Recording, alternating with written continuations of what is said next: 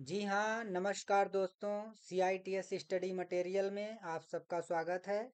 आज हम आप सबको एसओपी के बारे में बताएंगे। एसओपी क्या होता है? यह एसओपी स्टैंडर्ड ऑपरेटिंग प्रोसीजर यानी मानक संचालन प्रक्रिया यानी निमी का जो मानक संचालन प्रक्रिया है, इसके बिहाफ पे आपका एडमिशन होगा यानी क्या डॉक्यूमेंट लगेगा, इसी के बारे में हम फास्टली आप सबको बताएंगे जो इम्पोर्टेंट चीज़ें हैं। तो सबसे पहले हम अपना टेंटेटिव शेड्यूल देख लेते हैं, जो कि ये 3 जुलाई तक ही आपका फर्स्ट राउंड काउंसलिंग होना है। उसके बाद आपको 4 जुलाई का रिजल्ट पब्लिश हो जाएगा। और NSTI RDSD वेरिफिकेशन के लिए 7 जुलाई से 10 जुलाई के बीच में ही आपको जाना होगा। आप कोशिश करें कि 7 को पहुंच जाएं या 8 को, लास्ट डेट में ना जाएं, उससे पहले ही जाएं। मान लो किसी कारणवश कोई कागज छूट जाता है, डॉक्यूमेंट, तो वो अगर नेक्स्ट डे जा करके एडमिशन ले सकते हैं। लेकिन आप प्लान करके जाएं कि 7-8 में पहुंच जाएं। 7 को ही पहुंच जाएं या 8 को, ये हम प्रीफर करेंगे। अगर आप 10 को जाते हैं लास्ट में, अगर कोई कागज आपके पास नहीं है, तो उस कंडीशन में आपका एडमिशन नहीं हो पाएगा। तो इसलिए आपको 7 को ही जाना होगा प्रयास करके। उसके बाद क्या डॉक्यूमेंट लगेगा उसके बारे में हम आप सबको फटाफट बता दे रहे हैं। तो आइए, हम पीपीटी बना रखे हैं, इस पे हम आप सबको बता देते हैं। ये पीपीटी है। इसमें देखिए, सबसे पहले ये हमें मुंबई CITS एडमिशन नोटिस 2023-24 का हमारे पास है। इसमें जो अपेयरिंग स्टूडेंट हैं उनके लिए नया एनेक्सर भी जोड़ा गया है। वो अंडरटेकिंग स्टूडेंट के लिए है, उसके बारे में भी बता देंगे।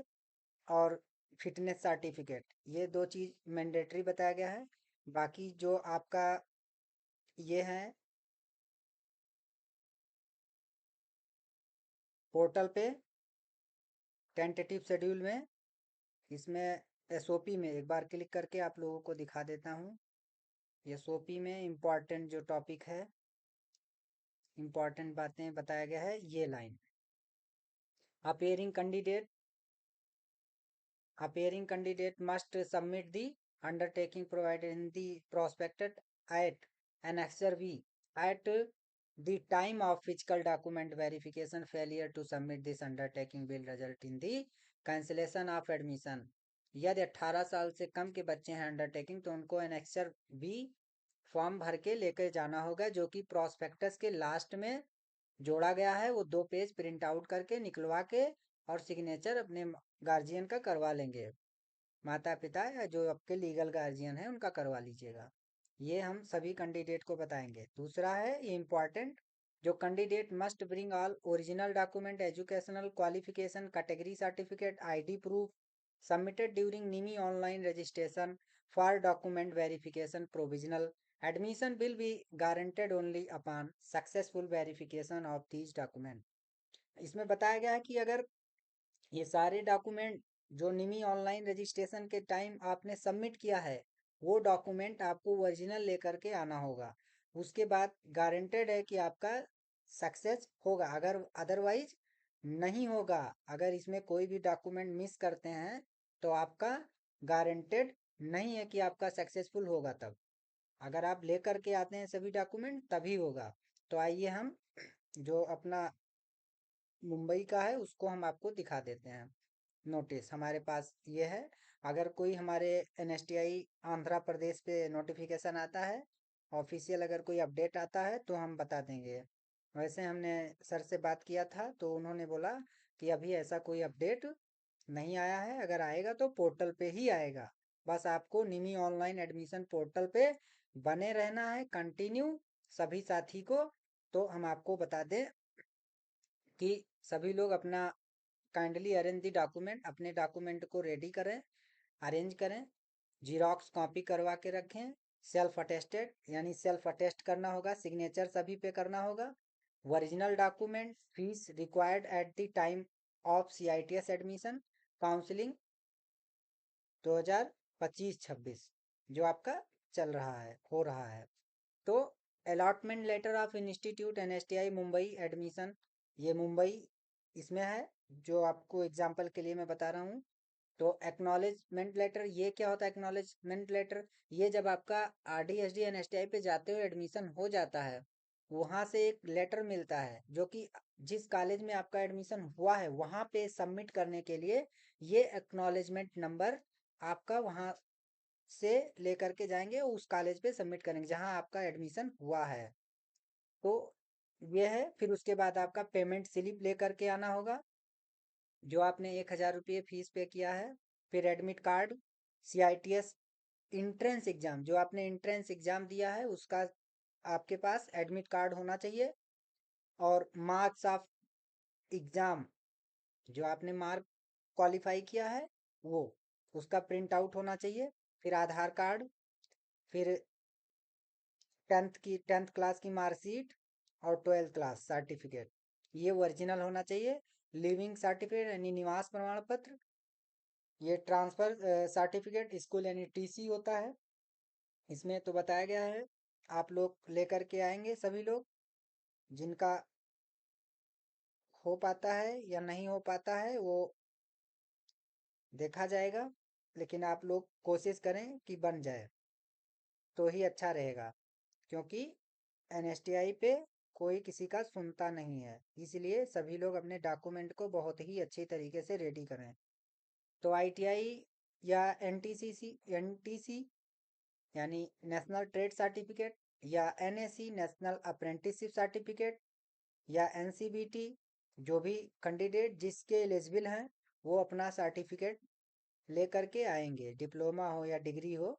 फिर ITI marksheet certificate will all semester pass out marksheet, यानी फर्स्ट ईयर और सेकेंड ईयर दोनों का, अगर 2 ईयर का ट्रेड है, इंजीनियरिंग ट्रेड है, तो इंजीनियरिंग का 1 और 2 साल दोनों का लगेगा।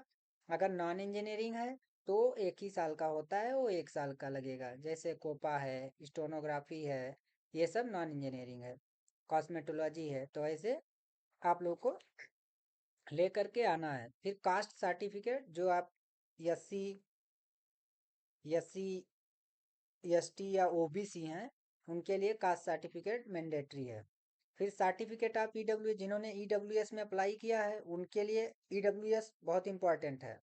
Medical fitness certificate from PSC AMA government hospitals as per format, यानी जो निमी के तरफ से एक फॉर्मेट दिया गया है उस पे सिग्नेचर करवा के लाएं, या जो आपके गवर्नमेंट हॉस्पिटल से फिटनेस सर्टिफिकेट दिया जाता है उस पर भी करवा के लाएंगे तो भी चलेगा, क्योंकि सभी बच्चों को पता नहीं होता है कि, तो वो जो फॉर्मेट होता है हॉस्पिटल का उसी फॉर्मेट पे करवा के लाते हैं, तो उनको उसी पे लाना है, कोई प्रॉब्लम नहीं है।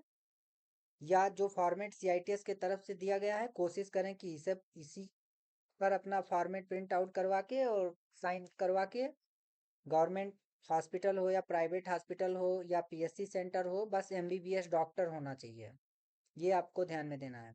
फिर photograph 4 number, write name and trade on back side, यानी नेम और ट्रेड अपना लिख के 1 फोटो पे रखना है। फिर 4 फोटो।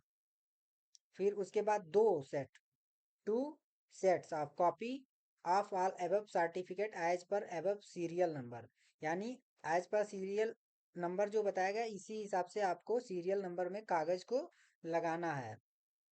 फिर रिक्विसाइट एडमिशन, रिक्विसाइट का मतलब होता है अपेक्षित, अपेक्षित एडमिशन। फीस फॉर, यानी जो प्रवेश है आपका अपेक्षित प्रवेश है, एडमिशन का मतलब होता है प्रवेश, और रिक्वेसाइट मतलब अपेक्षित। तो यानी जो अपेक्षा किया जा रहा है, NSTI जो आपसे अपेक्षा कर रहा है वो आपको करना ही होगा, यानी वो मैंडेटरी है। तो 1 ईयर ऑफ अप्रॉक्स, ये आपको फीस गवर्नमेंट के तरफ से बताया गया है, जो कि प्रोस्पेक्टस में, नया प्रोस्पेक्टस आप देखना उसमें कितना है, बस ज़्यादा का अंतर नहीं है, 100 200 300 400 का ऐसे ही अंतर है। जर्नल OBC एंड इसमें 2345 रुपया, मेरा तो यही था 2345 पिछले साल, जो मेरा 24-25 सेशन था वो मेरा यही फीस था। 1,000 काउंसलिंग और 1,350 मैंने पे किया था। और उसके बाद ये training fees, mess charge extra, ये आपका, मेरा तो 3,000 यहाँ पे पड़ रहा था, बाकी जो क्या DGT का है ऑर्डर, NSTI का क्या रूल है उसके हिसाब से आप सबको चलना पड़ेगा। तो ये इम्पॉर्टेंट है। उसके बाद ये रहा मेडिकल फिटनेस सर्टिफिकेट, CITS की तरफ से बनाया गया है। अगर इस पे होकर के साइन आएगा तो दैट्स गुड।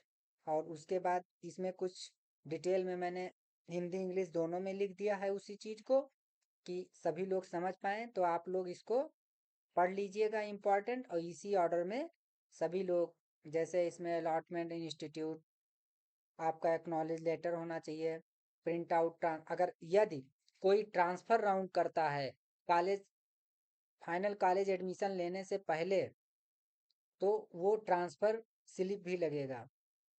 फिर उसके बाद पेमेंट स्लिप, CITS एडमिशन जो आपको बता ही दिया, एडमिट कार्ड बता ही दिया, आधार कार्ड, उसके बाद 10th की मार्कशीट, लिविंग सर्टिफिकेट, निवास प्रमाण पत्र जिसको कहते हैं, कास्ट सर्टिफिकेट, तो ये ITI सर्टिफिकेट या डिप्लोमा डिग्री जो हो, NSE से हो, जो जो जिस एलिजिबल हो उसके हिसाब से। फिर ITI मार्कशीट सर्टिफिकेट, तो अपेयरिंग स्टूडेंट के लिए उनके पास तो है ही नहीं, अभी पेपर ही नहीं हुआ ITI का, तो वो क्या करें, जिनका हो गया मार्कशीट आ गया वो लेकर आएंगे, जिनका नहीं हुआ है वो कोई प्रॉब्लम नहीं है, उनका एडमिशन होगा। पर ये बताया गया है कि एज पर निमी रजिस्ट्रेशन पोर्टल, यानी जो रजिस्ट्रेशन के समय में आपने दिया है डॉक्यूमेंट, वो डॉक्यूमेंट आपको लेकर के आना होगा। वो SOP में बताया गया है, वो हमने आपको बता दिया है। जो इम्पोर्टेंट है वो जाके पढ़ लीजिएगा। उसके बाद ITI मार्कशीट जो कि है, कास्ट सर्टिफिकेट, फिर सर्टिफिकेट ऑफ EWS, ये बता ही दिया। जो EWS में फॉर्म भरा हो वो EWS जरूर लेके आए, जो जर्नल में हो, सामान्य कैटेगरी में। फिर medical fitness as per format जो बताया गया है, इसको करवा करके लेके आएंगे। फिर फोटोग्राफ, फिर 2 सेट्स, टोटल जो अपना डॉक्यूमेंट है उसका 2 सेट आपके पास होना चाहिए, फोटो कापी। फिर इकोसाइट के लिए ये अप्रॉक्स जो बताया गया है फीस, ये बाद की बात है। तो आज हम सबको आज हम आप सबको यही बताने वाले हैं, और बहुत बहुत धन्यवाद। और इसके पिछले क्लास में जो हमने बताया है वो आप सब लोग ध्यान में पूरा जाके देख लीजिएगा। और उसके बाद नेक्स्ट अगर कोई अपडेट आता है तो हम अपने NSTI से ही आपको बताएंगे, डे बाय डे अपडेट देंगे। और अनावश्यक चीज़ों पे हमें नहीं जाना है, अपने निमी पोर्टल पे ही हमें बने रहना है। बस निमी पोर्टल पे सभी काम आपका होगा, अदर कहीं नहीं। कॉलेज चेक करना है तो आप NSTI पोर्टल पे जाके ऐसे चेक कर सकते हैं, कौन सा कॉलेज कहाँ है। NSTI नाम से सर्च कर सकते हैं, जैसे NSTI कानपुर, NSTI चेन्नई, ऐसे नाम डालेंगे तो आ जाएगा, ये पोर्टल होता है। इससे भी आप देख सकते हैं यहाँ पे, ये NSTI कितने NSTI हैं, कितने वोमेन NSTI हैं, ये भी देख सकते हैं, जो कि आपके प्रोस्पेक्टस में बताया गया। तो ये सब हम आपको बात की बात है, इसको नहीं भी बताएंगे, अगले क्लास में बताएंगे ये सब चीज़ें। तो ये रहा हमारा जो, तो आप सभी को धन्यवाद बहुत बहुत, और हम आप सबको अगली क्लास में मिलते हैं। जी हाँ, धन्यवाद।